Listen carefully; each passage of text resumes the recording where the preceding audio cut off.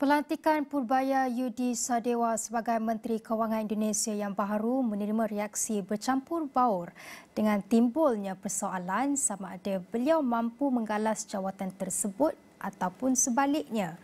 Penganalisis Institute for Development of Economics and Finance (INDEF), Andri Satrio berpandangan meskipun Purbaya mempunyai rekod yang baik, kemampuannya dalam mengurus hal fiskal dilihat masih meragukan. Ya, kami melihatnya sih sebetulnya bahwa Menkyu yang baru ini memiliki track record yang sebetulnya cukup baik ya dari sisi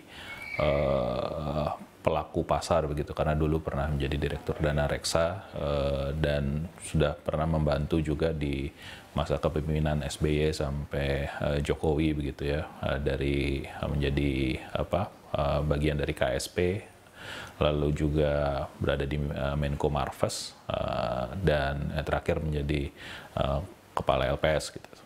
Tapi kita masih melihat bahwa kemampuan beliau untuk mengelola fiskal ini menjadi pertanyaan gitu ya. Bagaimana market bergejolak gitu ya pada saat diumumkan Menkyu Purba sebagai Menkyu baru. Juga kita melihat dari sisi rupiah yang juga melemah, ini memberikan sentimen yang cukup negatif begitu.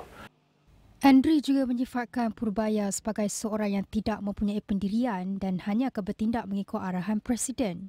Yang perlu digarisbawahi adalah tuntutan publik itu adalah pada hari ini adalah ketidakadilan fiskal gitu ya. Jadi itu yang menurut saya menjadi pekerjaan rumah utama bagi Menkyu untuk menghadirkan lagi rasa keadilan di sisi anggaran gitu, karena kita bisa melihat saja misalnya anggaran kepolisian yang tumbuh 6% bahkan lebih gitu ya, tetapi anggaran untuk perlindungan sosial tidak sampai peningkatannya 3%. Jadi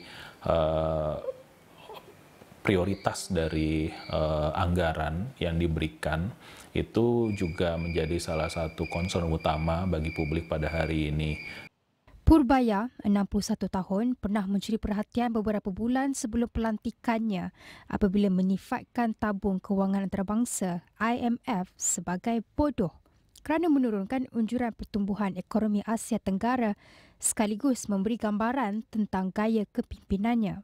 Sri Mulyani yang diganti oleh Purbaya merupakan antara Menteri Kewangan paling lama berkhidmat di Indonesia dan telah membina keyakinan pelabur dalam dan luar negara. Pertukaran kepimpinan di Kementerian Kewangan itu berlaku pada waktu genting ketika Indonesia sedang berdepan protes besar-besaran dan ketegangan yang berlarutan sejak 2 minggu lalu.